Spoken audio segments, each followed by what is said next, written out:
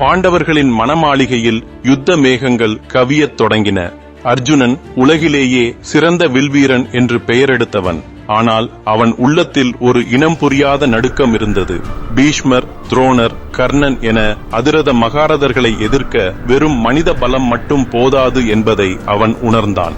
கண்ணபிரானின் அறிவுரைப்படி வியாச முனிவரை சந்தித்தான் அர்ஜுனன். வியாசர் அவனை நோக்கி, அர்ஜுனா, நீ சிவனை நோக்கி தவம் செய். பிரபஞ்சத்தின் மகாசக்தியான பாசுபத அஸ்திரத்தை பெறு.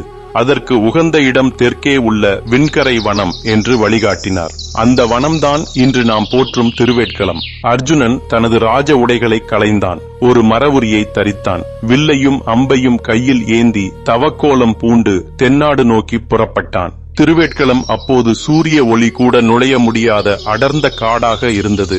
அங்கே அர்ஜுனன் ஐவகை நெருப்பிற்கு நடுவே அமர்ந்து பஞ்சாக்னி தவம் மேற்கொண்டான்.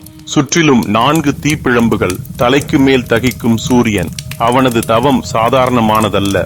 அவன் அர்ஜுனன் எனும் அடையாளத்தை அடித்துக் கொண்டிருந்தான். நாட்கள் வாரங்களாயின, வாரங்கள் மாதங்களாயின. வெறும் காற்றில் பறக்கும் இலைகளையும் தண்ணீரையும் மட்டுமே அருந்தி தவம் செய்தான். அவனது உடலிலிருந்து வெளிப்பட்ட தவ அக்னி தேவருலகை தாக்கியது.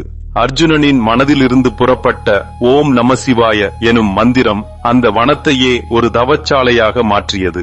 தேவர்கள் அஞ்சினார்கள். அர்ஜுனன் எங்கே இந்திர பதவியை கேட்டு விடுவானோ என்று பயந்தார்கள்.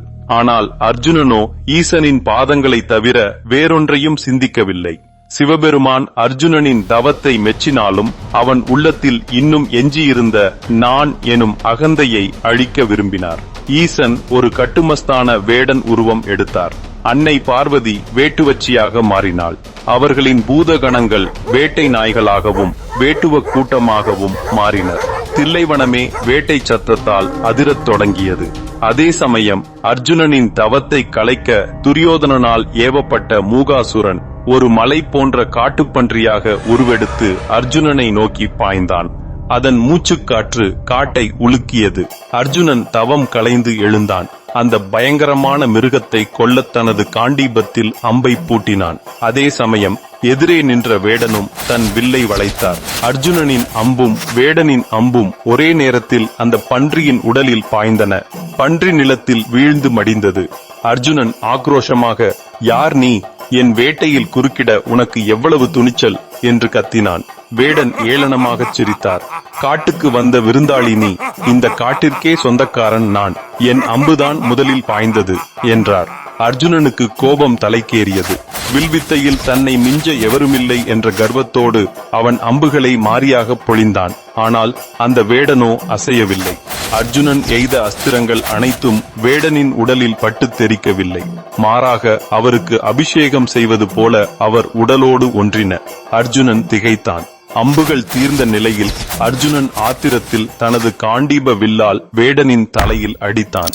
ஆனால் உலகையே நடுங்க வைக்கும் அந்த காண்டீப வில் வேடனின் தலையில் பட்ட மாத்திரத்தில் ஒரு சுள்ளியைப் போல ஒடிந்து போனது. வில்லற்று போன அர்ஜுனன் மல்யுத்தத்திற்கு அழைத்தான். இருவரும் மோதிக்கொண்டனர். அர்ஜுனன் தன் முழு பலத்தையும் திரட்டி வேடனை பிடிக்க முயன்றான். ஆனால் வேடனோ மலையென நின்றார். அவர் அர்ஜுனனை தூக்கி பந்தாடி தரையில் வீழ்த்தினார். அர்ஜுனன் உடல் நைந்து பலமிழந்து மண்ணில் விழுந்தான். அவனது வீரம், வித்தை, அகந்தை எல்லாம் அவனிடமிருந்து விடைபெற்றன. தன்னால் எதையும் செய்ய முடியாது என்ற நிலையில் அர்ஜுனன் சரணாகதி அடைந்தான். அங்கிருந்த மண்ணை அள்ளி ஒரு லிங்கம் செய்தான். தான் பறித்து வைத்திருந்த காட்டுப்பூக்களால் ஆன மாலையை அந்த லிங்கத்திற்கு சூட்டி, ஈசனே எனக்கு உதவி செய் என்று உருகி வேண்டினான். கண்களை திறந்து பார்த்த அர்ஜுனன் உறைந்து போனான். அவன் மணல் லிங்கத்திற்கு போட்ட மாலை எதிரே நின்று சிரித்துக் கொண்டிருக்கும் வேடனின் கழுத்தில் இருந்தது. தான் யாருக்காக தவம் செய்தேனோ அவரோடே போர் புரிந்ததை உணர்ந்து அர்ஜுனன் கதறினான்.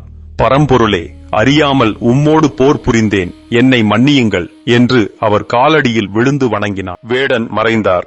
அங்கே கோடி சூரிய பிரகாசத்துடன் சிவபெருமான் அன்னை சத்யநாயகியுடன் காட்சியளித்தார். அர்ஜுனா, உன் வீரத்தை சோதித்தேன். ஒரு வீரன் தன் பலத்தை நம்புவது தவறு அல்ல. ஆனால் அந்த பலமே அகந்தையாக மாறும்போது அவன் வீழ்கிறான். இன்று உன் அகந்தை அழிந்தது.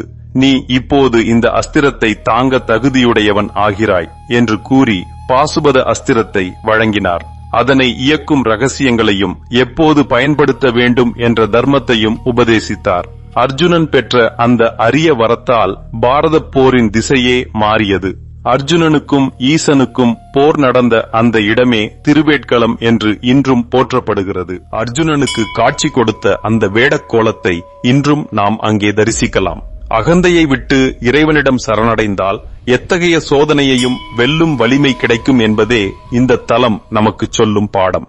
இந்த பதிவை ரசித்து இருப்பீர்கள் என்று நம்புகிறேன். இந்த பதிவு பிடித்திருந்தால் உங்கள் நண்பர்களிடமும் உறவினர்களிடமும் பகிரவும். மீண்டும் அடுத்த பதிவில் சந்திப்போம். அதுவரை நன்றி, வணக்கம்.